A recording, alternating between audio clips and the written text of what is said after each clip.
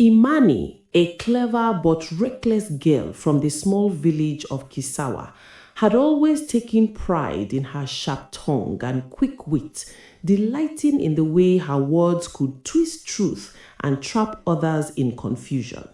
From childhood, she had mastered the art of deception, swearing by ancestors, spirits, and sacred oaths whenever she wanted to escape punishment, mocking elders who warned her of unseen consequences, and ignoring her mother's desperate pleas to speak truthfully and show respect. Words are not toys. A lie spoken today becomes a curse tomorrow. Mother, fear has made you weak. Words bend for those who know how to use them. Words, she believed, were mere air, powerless to touch her, until the night that would prove her fatal mistake. That evening, when the sacred bracelet of the village shrine vanished, panic spread like wildfire, and whispers of suspicion rose among the villagers. Without knowing who had truly taken it, Imani, eager to protect herself and deflect blame, loudly accused a timid, innocent girl from the village, her voice sharp and accusing. To seal her lie, she pressed her hand upon the cold, ancient stone of the shrine, swearing by the spirits that she spoke nothing but the truth, her eyes burning with false conviction. But unknown to her, each word of false accusation, each oath misused to harm another, wove invisible chains around her soul, curling tendrils of deceit tightening with every breath. The air seemed to shiver, shadows in the shrine flickered unnaturally, and the spirits, silent yet watchful, began their slow work, preparing to strike at the reckless pride and cruelty that had poisoned her tongue. That very night, as darkness wrapped the village and silence settled like a held breath, a burning needle-sharp pain erupted deep within her tongue, as if live embers had been pressed into soft flesh.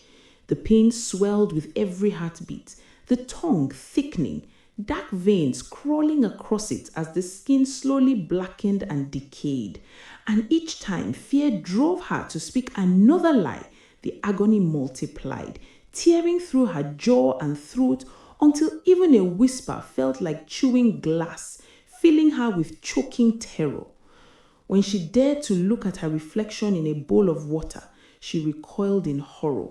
Her mouth appeared twisted and unnatural, lips cracked, tongue swollen and rotting, no longer belonging to the girl she once knew, while a foul stench of decay clung to her breath, causing villagers to step back, cover their noses, and exchange frightened glances as whispers spread through the village like wildfire, planting seeds of suspicion, dread, and judgment.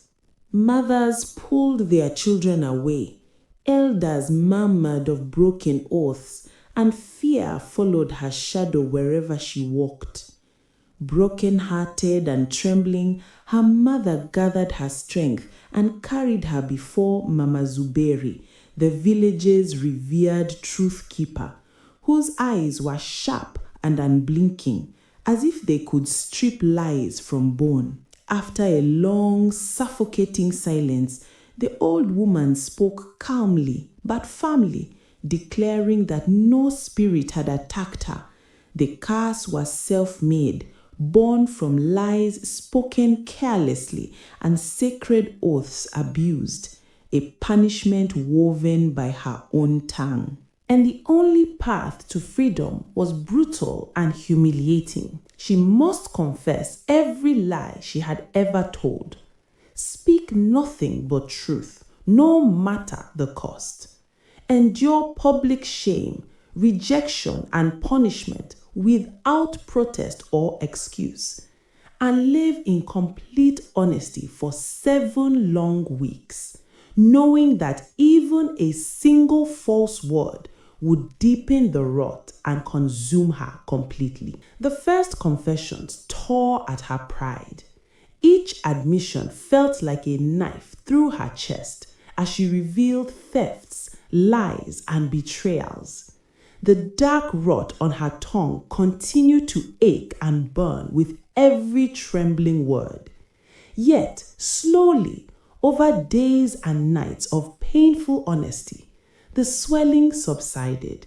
The black marks began to peel away, leaving faint scars, constant reminders of her recklessness. Finally, at the end of the 7th week, her speech was free, her tongue was restored, and her body was no longer a prison of shame and pain.